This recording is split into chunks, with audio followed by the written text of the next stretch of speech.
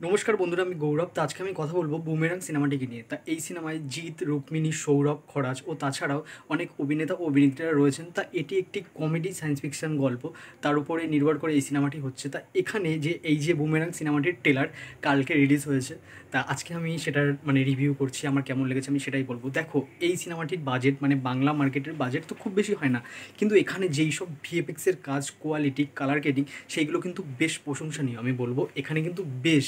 এবার দেখা যাক সিনেমাটি কেমন হয়। ট্রেলারটি কিন্তু আমার বেশ মজার লেগেছে। এখানে ছোট করে গল্পটি বোঝা গেছে যে রুক্মিণী তো একজন রোবট, জিৎ আবিষ্কার করবে, তিনি তৈরি করবেন। তা এখানে দেখানো হয়েছে রুক্মিণী জিতের গার্লফ্রেন্ড থাকবে, তার স্ত্রী থাকবে।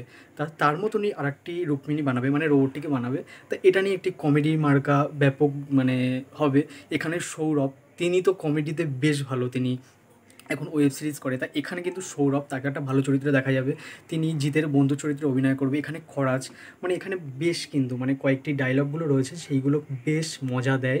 অনেক অনেক ডায়লগ আবার ভালো লাগেনি। এবার দেখা যাক সেখানে সিনেমায় কিসের পর কখন ডায়লগ দেয়, তখন হয়তো আমাদের হাসতে বাধ্য হবো।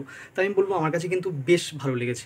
এখানে ট্রেলারটিতে যেরকমভাবে এগোচ্ছে, ঘটনাগুলি দেখাচ্ছে, এটা একটা কমেডি সিনেমা বহুদিন কিন্তু আমাদের বাংলায়, বাংলাতে তো হচ্ছে না, অনেক আগে হতো। তাই এখানে কিন্তু যে জোর করে হাসানোর ব্যাপারটা, এটা কিন্তু করা হয়নি। বেশ ভালো, গল্পটি বেশ ভালো, আমি এটাই বলবো। আমার কাছে কিন্তু বেশ লেগেছে। এখানে জিৎ কিন্তু ভালো কমেডি করতে পারে। তার আওয়ারা সিনেমাটি আমি দেখেছিলাম অনেক আগে, তখন আমরা স্কুলে পড়তাম। সেই সময় কিন্তু সেই সিনেমাটিতে তিনি আর খরাজ, এখানে কিন্তু খরাজবাবুও রয়েছেন। তাদের জুটিকে আবার দেখা যাবে। তা এখানে বিশেষ করে জিতের সাথে সৌরভের জুটি আমি দেখতে চাই। সৌরভ কিন্তু বেশ হাসায়। সৌরভের কোলে ওঠে একটা সিন আছে, রুক্মিণী রোবট যেটি, তিনি না সৌরভের কোলে উঠে যাবে। এখানে বেশ কমেডি, এখানে আমার বেশ লেগেছে। এখানে কিছু কিছু ডায়লগ ডেলিভারি যেইগুলো আমার বেশ লেগেছে। তাই এখানে যে আমার মনে হয় ব্যক্তিগতভাবে, এখানে লাস্টে দেখানো হবে যে আমাদের তো সুপার হিরো নেই, তখন দেখাবে যে জিৎ, লাস্টের সিনটা, জিৎ একটি সুপার বাইক নিয়ে প্রবেশ করবে, ঠিক আছে? তা সেখানে একটু অ্যাকশান হবে। তা আমার মনে হয় যে এই বাইকটি, সুপার বাইকটি কি রুক্মিণী মৈত্র, যেই রোবটটিকে বানিয়েছে, মাঝে মাঝে বাইক হয়ে যায়, এইগুলো তো সিনেমায় দেখাতেই পারে। কমার্শিয়াল সিনেমায় তো আমরা এইসব দেখতে ভালোবাসি। তা এটা আমার মনে হলো, তার জন্য আমি বললাম।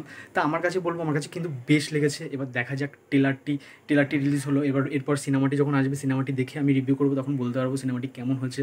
তা এখনও যতদূর দেখলাম আমার কাছে ভালো লেগেছে, আমার কাছে ওয়ার্ক করেছে, আমার কাছে পজিটিভই লাগলো যে এরকম কিন্তু বাংলায় এরকম সায়েন্স ফিকশান কমেডি গল্প কিন্তু আমাদের এখানে হয় না। তাই এই চেষ্টাটা যে জিৎ নিয়েছে, তার প্রোডাকশান নিয়েছে, এটা বেশ ভালো। আর এখানে যারা অভিনেতা অভিনেত্রী সবাই কিন্তু ভালো, খুব ভালোভাবে বেছে নিয়েছে, এটাই বলবো। তা আমার কাছে ভালো লেগেছে। তোমরা যারা দেখেছো তোমরা কমেন্টে জানাতে পারো, আর যারা দেখোনি তারা গিয়ে ছটপট গিয়ে দেখে আমার কমেন্টে এসে কমেন্ট লিখতে পারো। আর ভিডিওটি যদি ভালো লেগে থাকে তাহলে লাইক, শেয়ার, সাবস্ক্রাইব করো। তাহলে দেখা হচ্ছে পরের ভিডিওয়। টাটা।